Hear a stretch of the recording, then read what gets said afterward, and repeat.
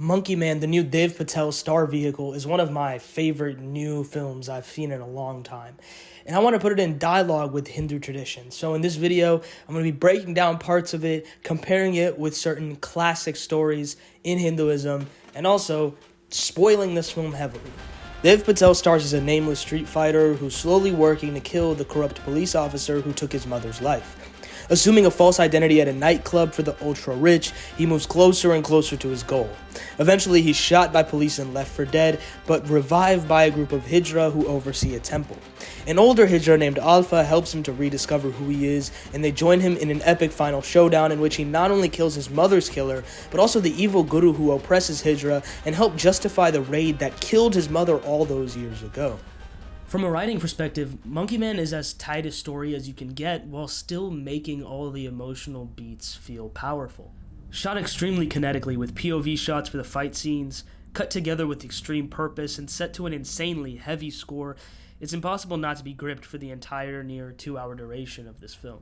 Now, this film is definitely made so that people from all nations can appreciate it, but I think there's a level of intertextuality that people won't understand that I want to bring light to, especially because this film has not and may never release in India. 1, 2, yeah, check it out, yeah, yo, Sri Lanka, I'm doing well there. Although Monkey Man was pitched as John Wick set in Mumbai, it's not actually. It's set in the fictional city of Yatana. Whether this change was made to obfuscate real-world political implications or just because Dev Patel wanted to take creative liberty remains left to be seen. But the name Yatana is derived from Yama, the god of death and justice in Hinduism. In a sentence, Yatana means the pains of hell inflicted by the Lord of Justice. Next, I wanted to talk about the main villain of this film, Baba Shakti. Baba means grandfather. It's a word often used for spiritual leaders, gurus. In Hinduism, guru doesn't mean what guru means in English. Like, it doesn't just mean someone who's good at something. It means that they're a teacher. Shakti means power or strength, often with a slight kind of metaphysical connotation. I don't know if the explanation of the words reveal that much about him, but it just shows that he represents a lot of people that exist in the real world, and not a one-to-one correlation as some non-Indians have suggested, as him being a literal stand-in for someone like Narendra Modi. That's just wrong. The final name that I want to take a second to talk about is the name of our central female protagonist, Sita. This will kind of take us into part 2, in which I compare this film and explain its connections to the Ramayana and other external stories about Hanuman, but it's very obvious that Sita is named for goddess Sita. This is a very powerful statement to name this character Sita, and this will illuminate why the King's nightclub and the sex slavery portion of this film exists, and why it integrates so well with the larger political implications of the Ramayana that Dev Patel attempts to extract.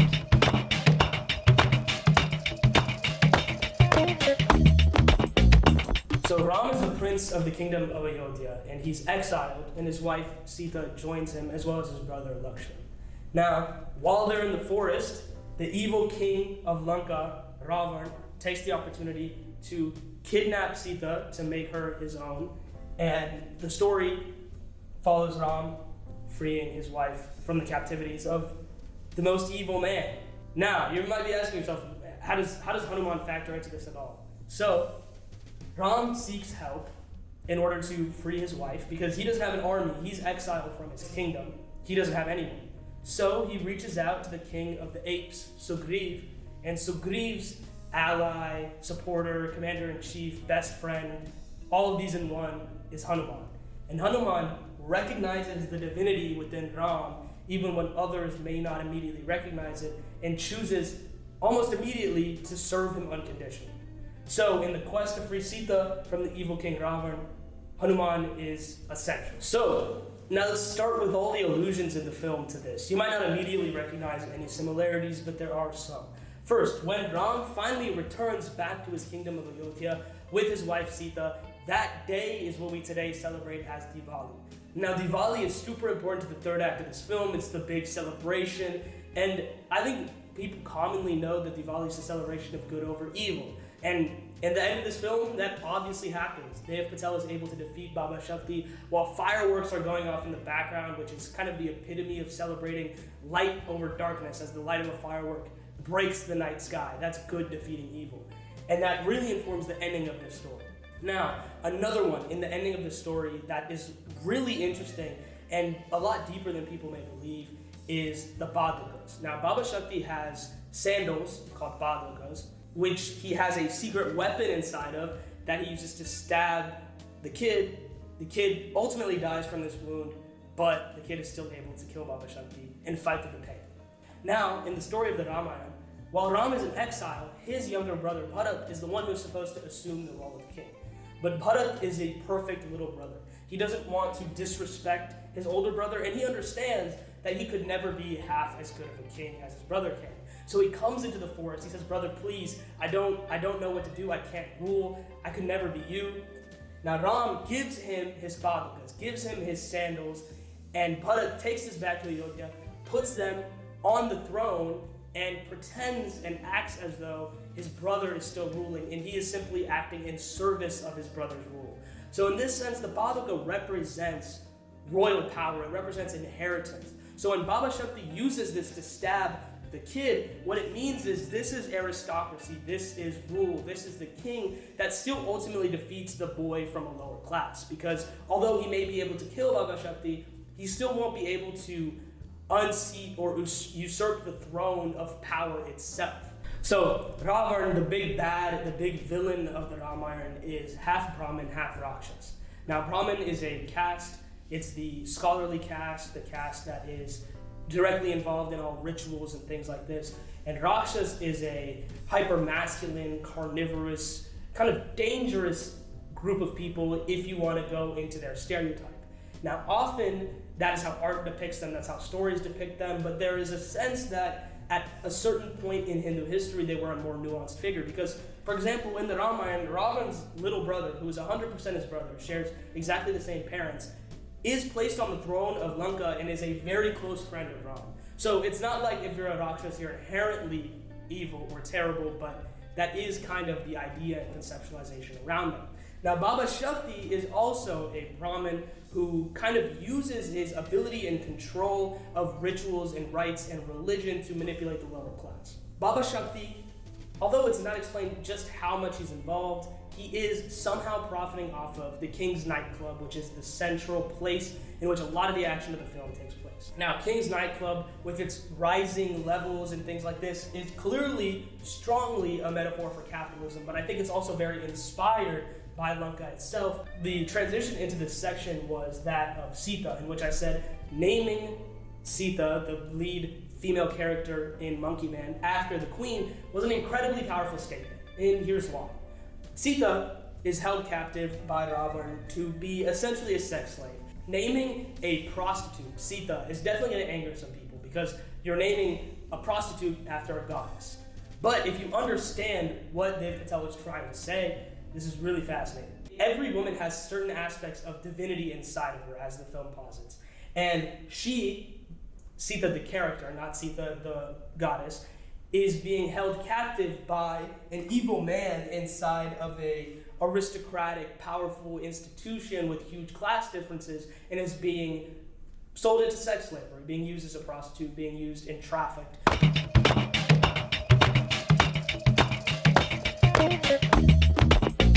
We're going to break down the story of Hanuman himself in kind of 4 essential stages or aspects of his life story that inform the structure of the film. Hanuman is raised in the jungle by his mother Anjana, which is where he gets the epithet Anjaneya from. During childhood, he's exceptionally powerful and can fly, has great strength, all of these powers. And his mother is the one that's kind of encouraging him to do these things, but this actually comes from the fact that he is the child of the god of wind.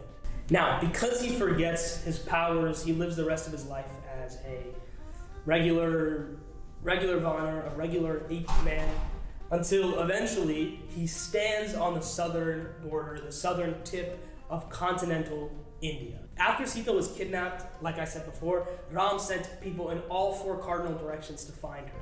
And they've now reached the end, they're still unable to find her, but a vulture named Sambati tells Hanuman that he saw Ravan take Sita further across the ocean. And they stand here now, unable to decide what to do next because it's such a vast area to cross. Now, Jamavan is a very aged bear king. He's very knowledgeable, and he knows Hanuman's past. But Hanuman simply does not remember that he even had powers, so how could he want to get them back?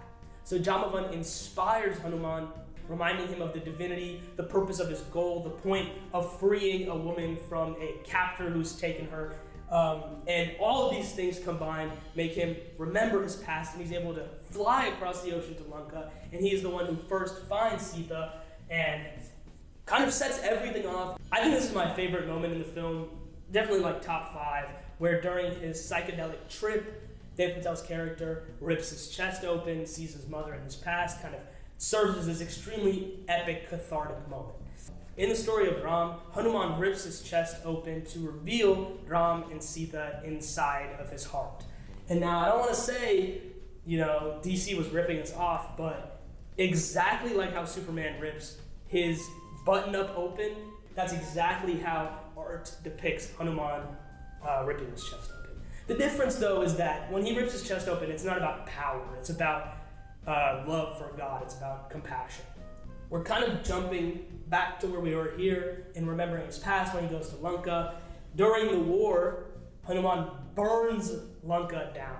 He lights his tail on fire and then just sets the entire kingdom ablaze. As I mentioned before, Lanka and kings are this one-to-one to each other allegory. So in the story, the kid does burn down, metaphorically and I think literally, the entire brothel, because they shoot fireworks and stuff. It looks like the whole place is going up in flames.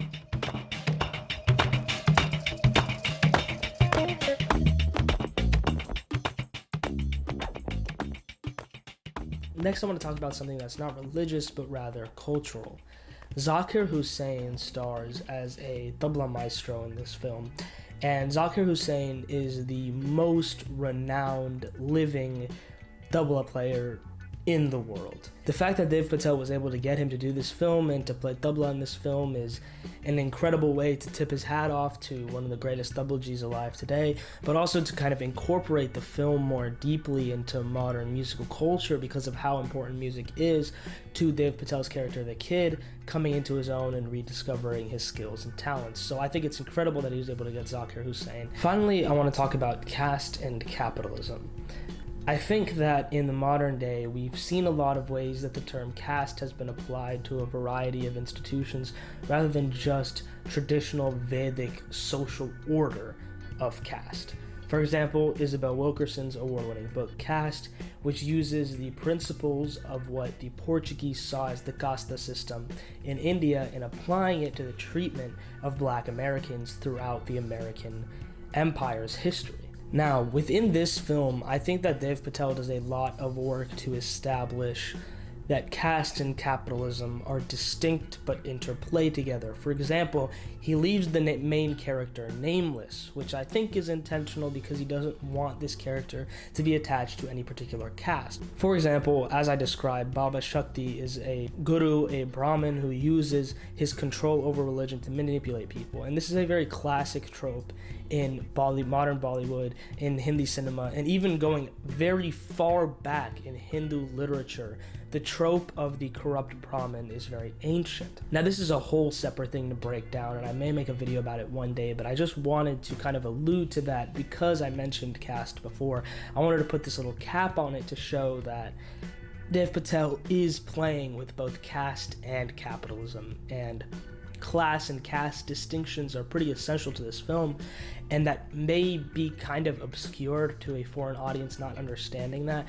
They have interplay, but they're also distinct, and so that's something really interesting to look into. I hope this was enjoyable. This is definitely the first time I'm doing a video like this on Miserable. If it was interesting, please let me know if you'd like to see more in-depth analysis in this way, whether of Hindi cinema, American cinema, really anything. Please let me know. And if all the spoilers in this video haven't overdone it too much, go check out Monkey Man. It's totally worth supporting in theaters. It's an incredible film.